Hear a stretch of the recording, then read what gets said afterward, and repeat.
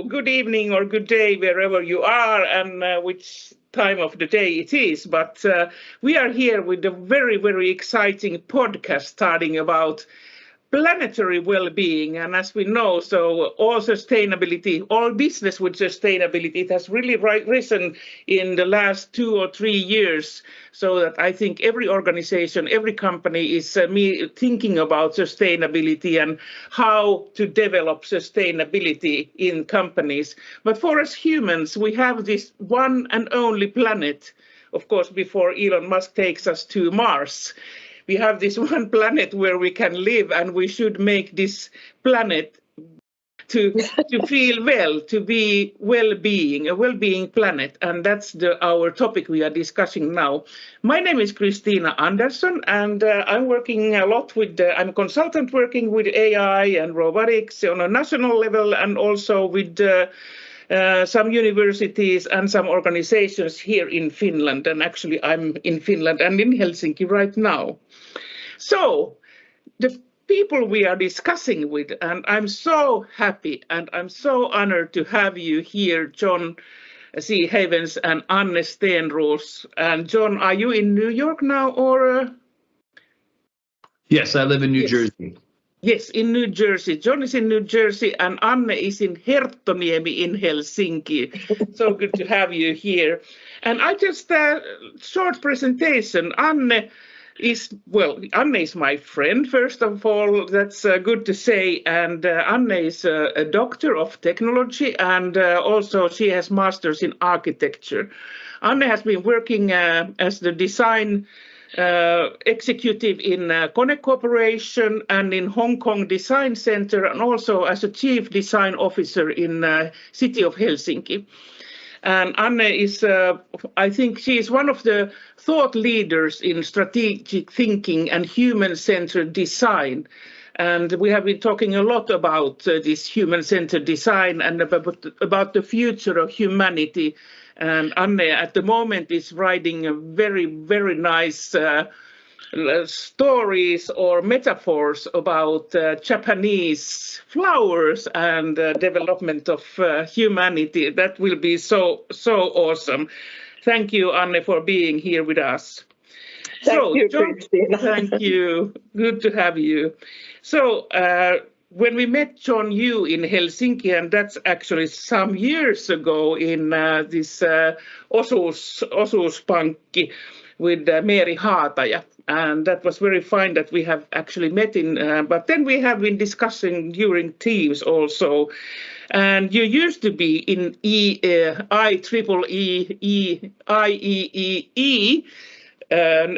Director for Emerging Technologies and AI and ethical AI and all these issues. And now you are then lead for sustainability practice in IEEE also. And you are a writer, you are a speaker, you are an activist, and you have been writing, for example, a book called Artificial Intelligence. And that really is an awesome book. I have read it and I could recommend it. That I think that more than artificial intelligence, we need artificial intelligence. And these times, which are quite dark in Finland at the moment, so we need more heart here and less artificial. And also you have hacking happiness and tactical transparency, and you have done a huge career from being an actor to now lead the world and the engineering world towards more sustainability. I'm also working with sustainability with the Finnish National AI 4.0 program, which is very interesting. And actually that's something that initiated me to have this discussion also with you. But so after this presentation, I was wondering that maybe you could introduce yourselves, and we could, of course, start with Anne. Please tell me about yourself or tell us about yourself, and a little bit also, why do you think that the planetary well-being is an important topic at the moment? Thank you, Christina. Happy to be here. I'm an architect originally, so I have a heart of an architect, and I'm interested in the built environment particularly. And throughout my whole life, I have been more like on the philosophic side what comes to architecture, and not practicing too much, but applying the understanding that derives from architecture, from the heart of it.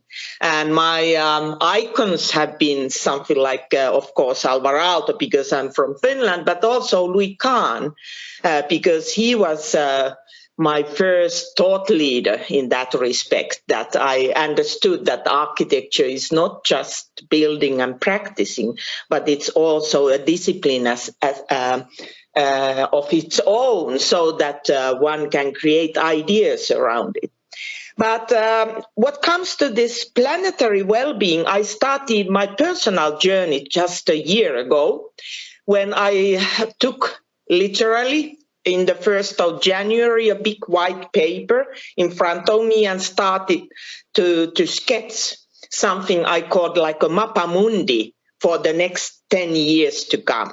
And I thought, what will come out of this map of mine or the kind of ideas about the future? And I realized that I put well-being in the heart of the map. And then I put kind of things around it. And in the end of the day, I realized that what was under that well-being, hidden under there, was the old ancient word of eudaimonia, based on Aristotelian ideas about if you follow the virtues and if you do good things for others, so you might end up to become happy. And I love the idea that it's based on activity, this idea of eudaimonia or happiness. And then when I literally made a map, it's quite huge, but here you can see it in a small version, and there's a lot of things around it. I put a kind of secondary headline, Design for Human and Planetary Well-being. And ever since that has been my guideline, and I started to read all kinds of books, and one remarkable book named Biophilia by Edward O. Wilson, he just passed away, really struck me, because he was not only talking about biology as such, but human beings part of that planetary whole, so that our cultural issues, our language, art, science, they are all part of that wholeness. And that was something that hit me very hard, that it's not just we as human beings and the plants and the animals and rivers and forests, no, but it's also all our intangible cultural things that are part of that whole. So that's how I started my personal journey. And then later on, last summer, I created a concept called Nature Smart City, and I have written several articles about that too. Yeah. Oh, thank you, Anne. That's very interesting and very impressive as well. So, John, please. Well, first of all, thank you again, Christina and Anna. Pleasure to be with both of you. So thank you for the invitation. Secondly, just so people know, I'm one of many people at IEEE focused on sustainability. And in IEEE, there's multiple operating units and programs. So I'm part of what's called the Standards Association, which is one part of this wonderfully huge ecosystem. And so I'm sustainability practice lead there. And there I'm not trying just to be humble or clarify, but more just say it's really exciting, because a lot of my role is pointing to, like both of you, work that's being done either in IEEE or outside of IEEE, saying how is the world defining sustainability. But then IEEE's specific addition is the technical or technology side of things, as granular as decentralized electricity hubs in Ethiopia to the power and energy grid for all of Europe. where, of course, there's the socio-economic part of sustainability, which is what I think we're talking about here. And I love the terms well-being. But then the technology that can support those efforts that are seen through the ethical societal lens, in my opinion, I'm not speaking for all of IEEE, but first, then that's where the technology can assist versus sometimes well-intentioned people will create a technology and sort of say, this is so cool, and put it out in the world, and they just don't know how do you take care of the planet and people. So again, that's a quick background for my work at IEEE. Here, I love the paper you sent about planetary well-being, and I love, Anna, your diagram. I think on one level, there's no way to think about human eudaimonia, and I love that Greek word, without the planet. It's something that's sadly so often forgotten. We're talking and breathing air while we're doing this podcast. I'm going to eat when I'm done and drink water. Well, I'm blessed that I'm in New Jersey and have access to clean water from my tap. So many people in the world don't. And then it's very easy in modernity through technology to forget that nature is not just outside my window. And today, interestingly, in New Jersey, there's an ice storm. So I'm keenly aware in my new role that the planet is suffering. I use the pronoun she for the planet. She is hurting. And ice storms have happened before in February in New Jersey, but there's been a lot of storms recently. Anyway, here, why I love the concept of planetary well-being and thinking about our connection to her is the systems logic. Mm-hmm. And the fact that if there's a systems thinking to anything from, say, biospheres, supply chain, what I buy in America that comes from Finland or whatever, or my iPhone, maybe the hardware goes to Amazonia to get disposed. It all affects the planet, and then it affects us. So we are genuinely connected. And I like what you said about the intangibles. The other thing I'll say here about well-being, which I realized ever since my dad passed away, and he died in 2011, and it was the inspiration for the book, Hacking Happiness, was it's very hard, I think, especially for Westerners, maybe Americans even more so, maybe even men more so over a certain age, and I'm 53. But let's just say for everybody in general, it's very hard, I think, for Westerners to be born, maybe it's American more, but to feel like I'm here and I have worth. In America, at least my experience growing up as a 53-year-old man was sort of the constant message. America's the place where you can make yourself, which in one sense is exciting, cool. I did, I'm thrilled to be here talking to the two of you. I have all these blessings. But inherent in that message is also, you aren't worth anything until you make something of yourself, right? Make something of yourself means right now, today, it's kind of a rude thing to say. It means right now, today, you aren't anything.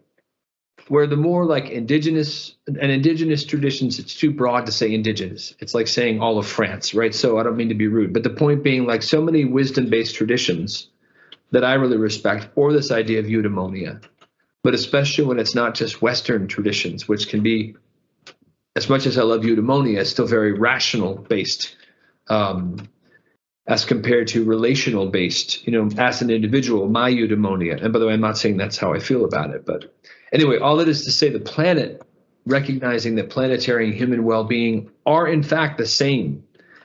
I hope will start to bring a sense of wholeness and kindness to people where they can say, I don't need someone else to tell me when I have worth.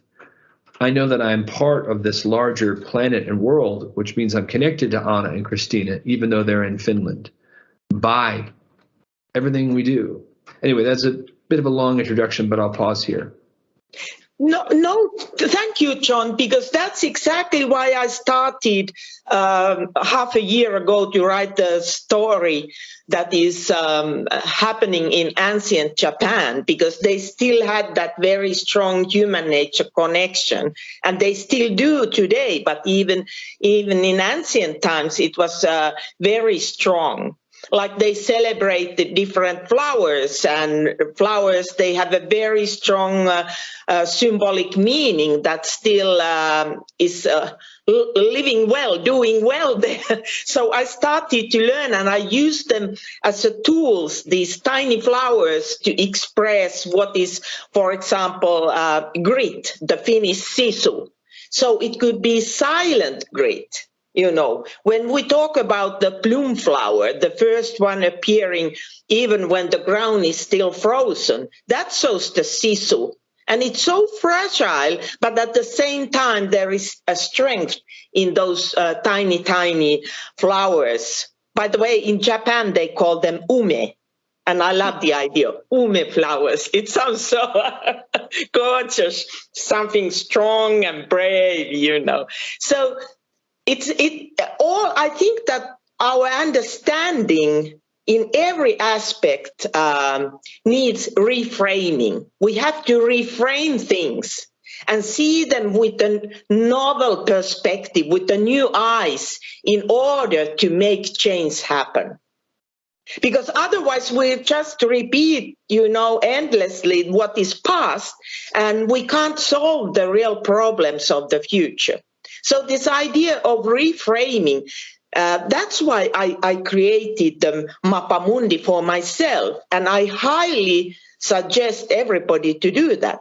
I also started to do this collage work in old school way, clipping out of magazines and gluing them together, huge plans.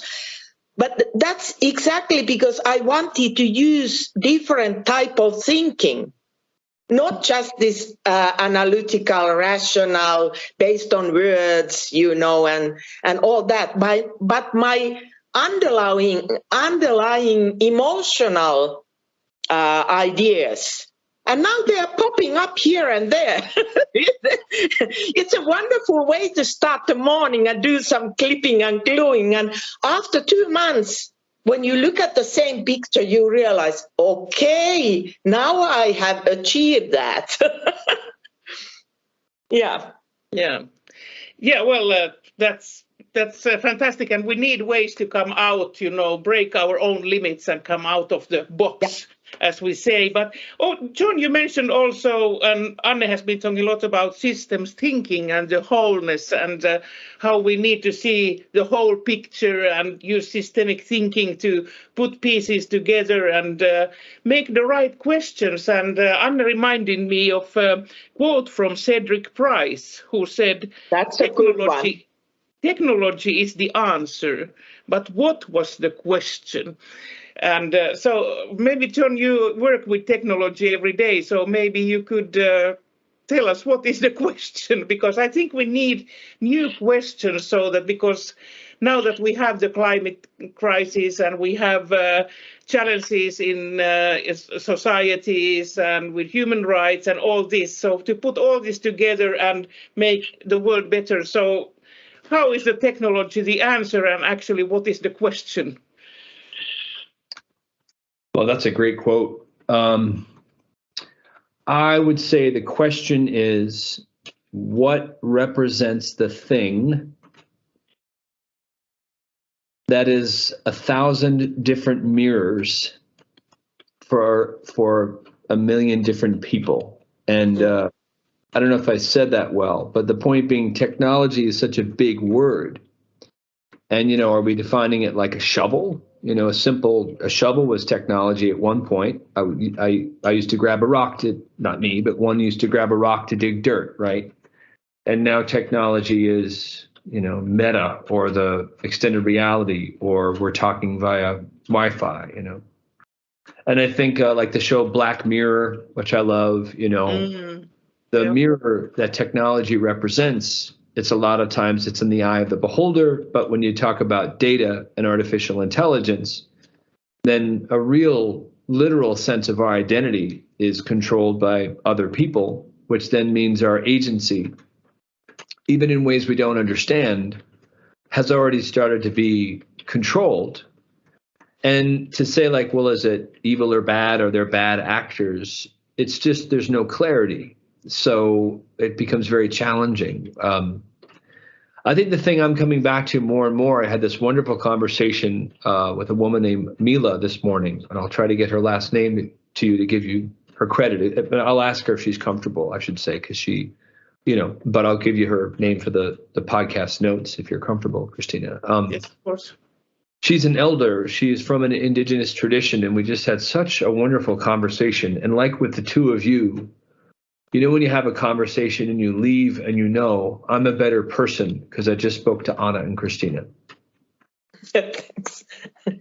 Seriously, like Anna, your laughter even, like it's so charming to see, and Christina, your smile. And I bring this up because I'm going to put the word technology off to the side for a second. Mm-hmm. I just got off a different call with two very good friends talking about meaning. I'm wondering, and I think at a very core level, as important as meaning is, I think mostly at a very deep level, especially when the word well-being comes into play, what we need as humans at our core is connection. And by connection, I don't just mean like, hey, how you doing? Like a deep sense of communion. And that communion has to be part of nature, not just where we extract. Yeah, the planet's great. I love when I skied in Aspen, and it's there for me when I want it. And then otherwise, not just because of, we're consumers and all that stuff, but more and more, I'm realizing how much I'm hurting myself when I hurt the planet. And by that, I mean, no, I'm a consumer. I just mean like, if you recognize, I won't even say if one thinks, if you recognize what the planet really is, a living entity. And this idea I got, there's a wonderful woman named Dr. Carmody, Carmody. I'm going to give her a shout out. I'm blanking on her first name, or maybe Carmody is her first name. Gray is her last name. She has deep expertise in Catholic spirituality, but academia. She did a wonderful video. If you get the chance, Google her name, Dr. Carmody Gray, and the word mercy. She did this wonderful, beautiful 10 to 15 minute video about Pope Francis's what's called the Laudate Si, which came out in 2015, which is a beautiful piece of writing where the Pope talked about the planet and the planet being the same as a person.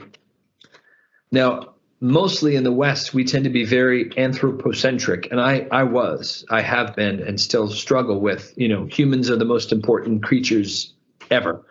And so that gives us, I don't mean to be this way, but it gives us permission to neglect the planet because the planet's there for us. No.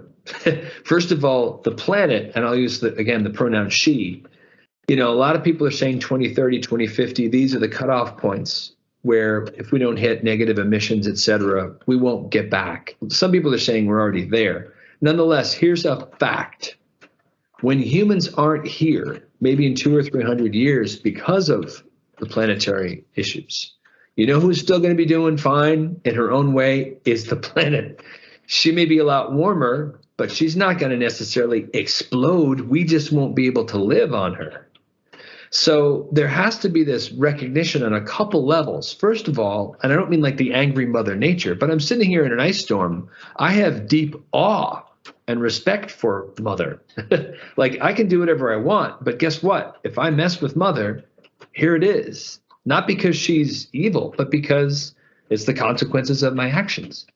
But anyway, to get back to the connection thing, I think the well-being, why it's been so critical to me, and my dad was a psychiatrist, my mom is a pastor, she's a minister, and Christina, your experience as a caregiver, care is something that's so foreign to people, and you're both in Finland, where things like, the education system, I say all these things as praise, I know if you live there, you might be upset with high taxes. So I'm not trying to compare in one sense. That said, in the states where I live, there's no universal health care. There's a deep divide over race. There's such polarity about political stuff. There's no perfect place, but here, there's also just such a deep yearning for connection that at the core of it, I think kindness and mercy towards the planet is then also a way to give us permission to say, I'm also worthy of kindness. Mm-hmm. And that's when you can start actually giving care as the priority, where I don't have to, I'm not there yet. Like, I don't want to be a hypocrite. I would love to be at the place where I could meet someone where they are, even if where they are is completely politically not aligned with me, the mask conversation, whatever, but meet them where they are to say, we share a couple of things in common. One, this beautiful planet. We got to take care of the planet. And then two, things like we may both have kids, kids. And if we don't learn how to care for each other at a very deep level, all the different solutions. And I love, by the way, Anna, your idea of the visceral art and cutting things. Really, I play music to do the same type of thing, keeping a visceral spiritual connection to the world, whatever. But if we don't have kindness towards ourselves and others, then we won't be able to really connect with the planet on a way that we have to really do now. We have to make it almost instant, which is really hard because people are used to the multiple layers of avoiding self-reflection that could lead to self-care. I think these words resonate with you, Anne, please. Yes, I was wondering because I have been reading quite a lot about Japanese culture now, and there are these Bushido virtues. Actually, they are 7 plus 3 of them, sort of 9 altogether. And 2 out of those 9, they are essentials. 2 out of those 9 relates to the elderly people. One is that you have to respect elderly people, in general. And the second one is that you have to take care of your own parents. Think about that. We have completely forgotten that in our welfare society. We have sort of outsourced that to the society, taking care of our elderly. And I have recently taught a lot of that because during the 2 pandemic years, I'm lucky I have my parents. They are 90 plus. I have taken care of their daily things for them. So because I think that it's too critical if they go to do shopping or pharmacy or whatever. But I started to consider that really we have outsourced the whole thing in our society. And it's a kind of rule. Everybody take it for granted. And these learnings from this ancient Japanese and ideas from there that I reflect to the Finnish culture and to the Western culture, it has taken me quite, let's say, to an odd journey to understand my values in a new way, from a new perspective. Like John, you said that you have sort of rearranged your values recently. And we have discussed with Christina too. So I think that we all are on our way to reframe, reimagine, redesign, redo, this and that. But I want to mention one thing. When you talk about this lady who made this beautiful story about mercy. So it struck me because just yesterday I wrote about, to my Japanese story, about Richard Feynman and his ode to flower, the famous ode, where he is saying that I have this artist friend of mine who is doing gorgeous pictures, and he says that he can understand beauty. And at the same time, he says that Richard Feynman, who is a scientist, can't understand beauty in such a level. But Richard Feynman said that, but in my mind, I have a deeper understanding of the beauty of the flower because I can imagine all the tiny particles and pieces and what they do and whatever to the root cause. That's nice. So I can see much more in that flower that the artist never ever can do. Yeah. And I think that is the beauty of the whole thing, that when I started my Japanese writing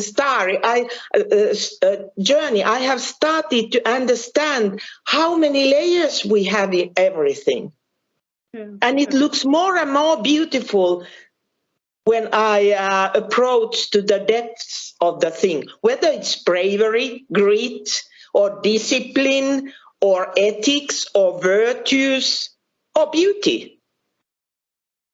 Yeah. And they are universal. That's also my understanding. Also, I'm a Finn and writing about a story in Japan, but at the same time, when you look it in a certain symbolic level, it's all universal or planetary. Yeah. Yeah, that's so beautiful what you say. And I must return a little bit to the beginning of your comments here, because you were talking about our societies, how we don't take care of our elderly people. And so the Finnish society, I was talking with a colleague, a Swedish colleague here just a few weeks ago, and we were talking about loneliness and about elderly people and how we take care about elderly people. And he said that actually our societies are formed in the way that we leave our elderly people alone, because in the beginning of industrialization in the late 50s, 60s, so there was we had a society where they said that we will take care of your children and your elderly persons. Just go work and bring in tax money. And that's what we have been doing. And we have outsourced everything else, and just that we can go to work and not take care of our beloved elderly people. And that, I think, it's quite a tragedy in our society. How do you feel about this, John? I don't know if that's to do with planetary well-being, but Anne, you started. Well, it has a lot to do with well-being, at least. Like John, you said that this connection is so important. And if we don't have a connection to our dearest and nearest, so what is left? Nothing, nada. Yeah, please, John. Yeah, I mean, I've been trying to move beyond anger.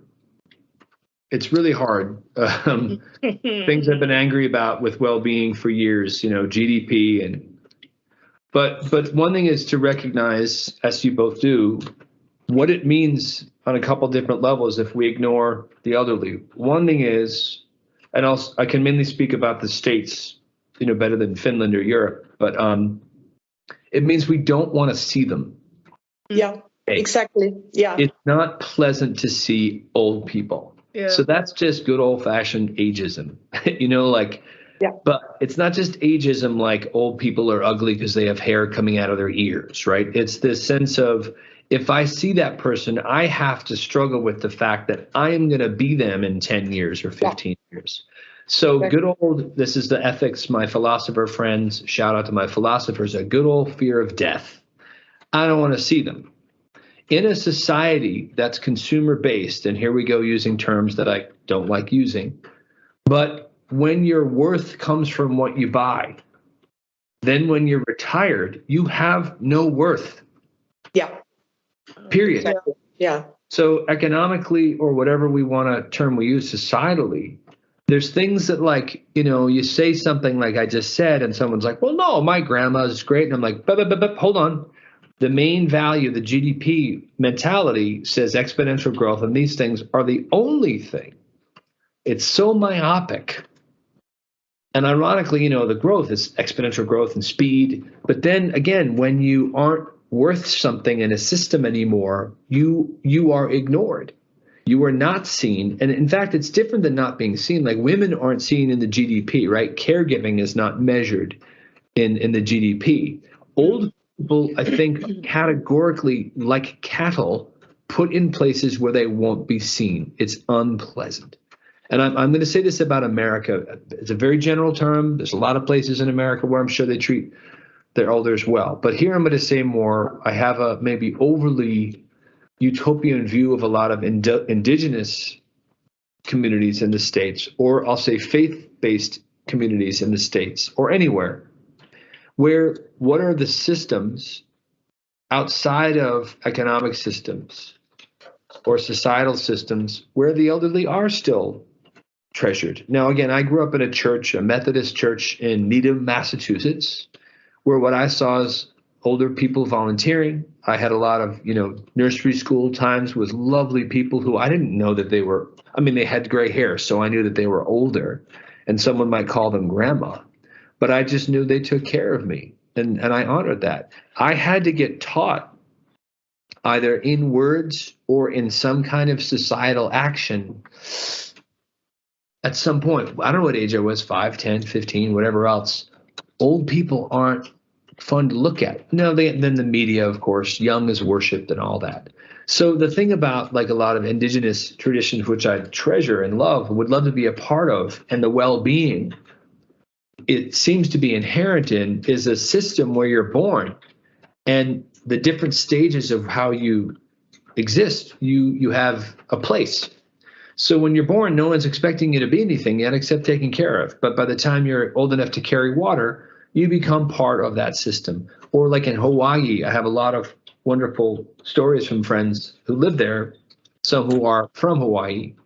And the way that elders are treated there, one of my friends was saying they were pulling up at a stop sign and saw an older woman crossing the street, and these 3 huge guys, like muscles, tattoos and stuff, walked up. And, in a movie, you'd be like, oh, they're going to steal her purse or something. No.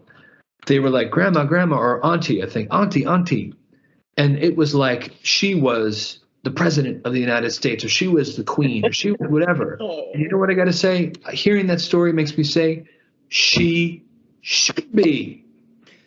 Why? Because she has lived a life where her wisdom for her lived experience means like amen. And the same thing with an older man or an older transgender person, right? The point is they've lived a life where through their experience, the wisdom they have, they just can't do the physical stuff anymore. But the stuff that they've lived, it's beyond conceivable. It's the same way that the Americans in general, again, I'm speaking for me, not IEEE, treated everybody when they landed in the States. The Puritans landed, and by the way, no offense to Europeans on the phone, but whoever it was from Europe came here and said, ironically, sadly, religious freedom means we're here. Okay, cool, well done. At what point did religious freedom allow you to then decimate the First Nations, people who are here in the States? And so I'm not trying to be negative or doomsy, but also say like there's a critical point of like self-analysis that's really hard, especially when it comes to things like reparations and guilt. I know for myself some different personal things in my own life. Just the other day, I found out something about myself where I was like, wow, that's horrible. And I won't point to it here except to say I had this image in my head that I'm like a pretty good guy. But I see that I hurt someone in a way for a long time that I can't get around, and I'm going to have to figure out for a number of years how I could do that. Well, that's not fun self-analysis, but that's the step to, I hope, a way to move forward with these issues about well-being. Here's the thing I'll just say to close this comment. No one listening to this show think that well-being is easy. Let's just be clear. This is not like, yay, happiness, chocolate. Christina's great. Anna's great. We're all great. Okay, see ya. This is, you want well-being. Eudaimonia, or, the Greek stuff, this is hard work. Yeah, exactly. Yeah. And that's also why people have such a tough time with it, because it's not like skippy dancy wellness. Even wellness, the word gets confused. It's critically important, but well-being is an active, you mentioned this before, Anna, an active way of trying to commune with others, where by definition it will be hard, but it is only in that coming together and the communing being hard that then you have a project coming together where you've worked on it together, that now you have this kinship moving forward. That's where the well-being results. The action of meeting with someone and saying, I'm imperfect, you're imperfect, but we both want to be loved. How do we work on this together? Then the result, you've done something with that person. Yeah. Well, there is also something I want to mention here, because what I found during my journey last year, it was Susan Simard's wonderful book, Finding Mother Tree, and her theory about the big old trees in the forest that will take care of the younger siblings through the complex networks of fungi under the ground, and they are feeding them if there is too little rain, or they are nurturing them. And she said that the healthy forest is actually a diverse one, where these big mother trees or hub trees are protecting the smaller ones. And these old ladies or old men in society, they are those hub trees, mother trees, standing tall there and giving coverage for the siblings and smaller ones, and giving kind of information for them underground. And I love that analogy, that if we have the same respect for elderly people like huge trees, so it will give so much for both parties. And that's why, actually, maybe, intuitively, I wrote the whole storyline with this Japanese young lady called Aurora. I also put there Mori Sensei, a very old wise man who is explaining him all kind of things, teaching her to understand life in a deep sense. And it's so nice to have how they both respect each other. I have put them into a parallel position, because Mori Sensei, once she gave a flower to Aurora, the young lady, and said, "This is for you because you made me feel special, like a king, because you are the queen. You made me feel like a king." Oh, that was gorgeous point, I thought. Just to show the respect, because earlier today, actually, we discussed with Christina on phone that so few people nowadays, they show the real respect. Mm. Yeah, that's true. To each other. We have been talking nearly an hour here. So I hope that we can get a second part a little bit later on to move to more practical issues. But here I was thinking to end this part of this podcast series, what we are doing. So what is your best advice for humanity when we are moving to next level of this planetary well-being? So we need to come to a new level. So what is your best advice? You, John, please.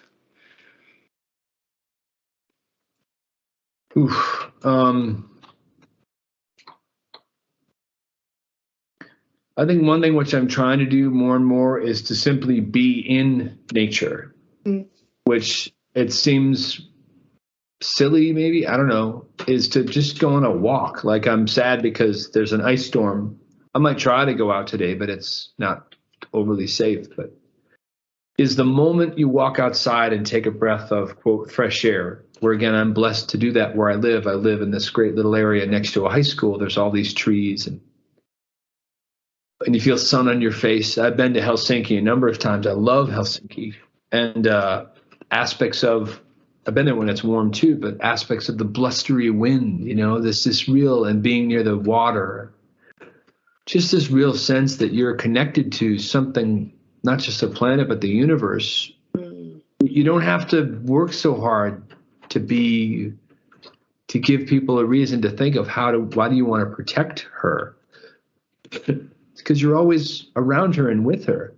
Yeah. You shouldn't be able to, we still trick ourselves in thinking, I'm in this room, I have these windows, I get to look at nature the way I want, I get to extract from nature, and she'll always be there for me. That's a Western privileged way of thinking. And again, you'll hear it. I've tried to mute during our call, but you'll hear like clink, clink, clink, clink, clink. That's an ice storm. It's pretty unusual for where I am right now. The thing that I would say also is we have to start focusing on the mental health of and others, because I have one book here. I have dozens of books now on the planet. One of them is called where is it? I can't find it, but it's I'll give you the notes when I send it to you. But it's like a handbook for climate emotion. Oh wow!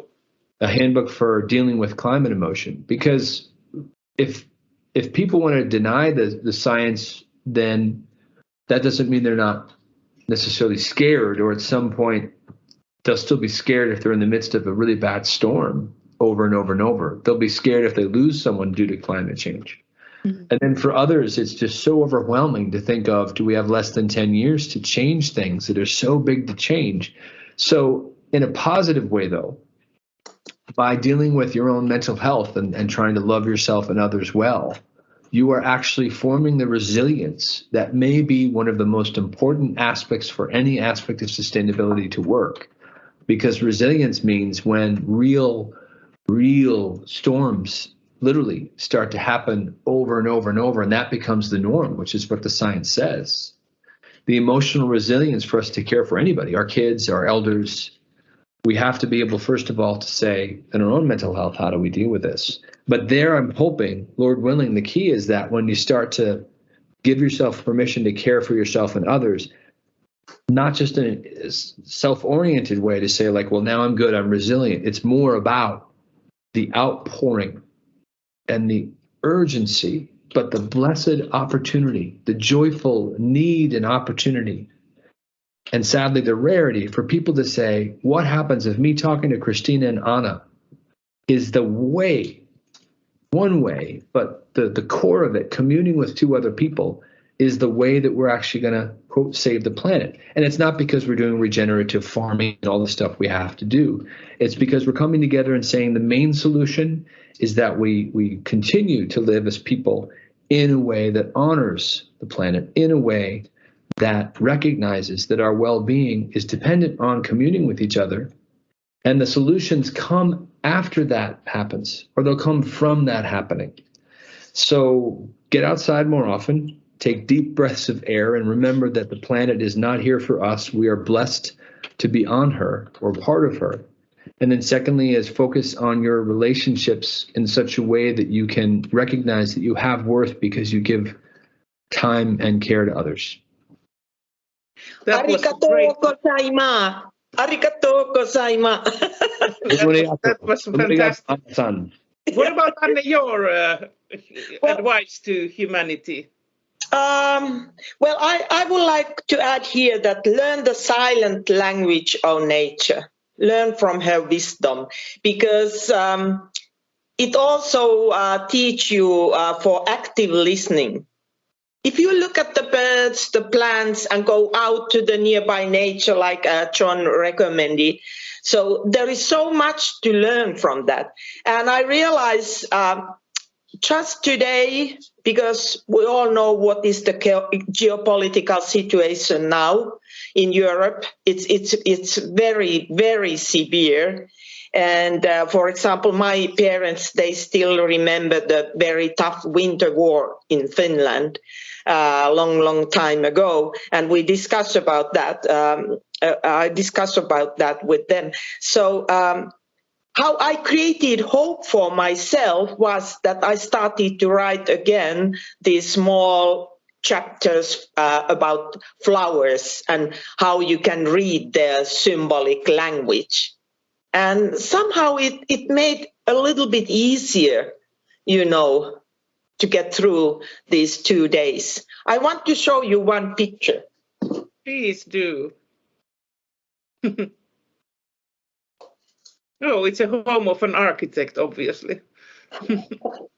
This is what is called Winterbell, Lumikello. Mm-hmm. Yeah. And this is the plum, ume. And this is the bamboo. So I also draw this kind of sketches when I'm writing, because I want to use my intuition and get the rhythm right. Because I noticed that plants, they have a certain rhythm, very different based on their characters and what they represent symbolically. It's interesting. And I started to see them completely from a different perspective. I used to hate chrysanthemum, and now it's one of my favorites. It's the emperor of the flowers. And peony, it's the empress of flowers. This is gorgeous. I love to learn more. So learn the silent language of nature. That is so fantastic. Thank you for your words, John and Anne, and for this discussion. And I hope that really that we can return to this discussion a little bit later on. And so I will just stop recording now.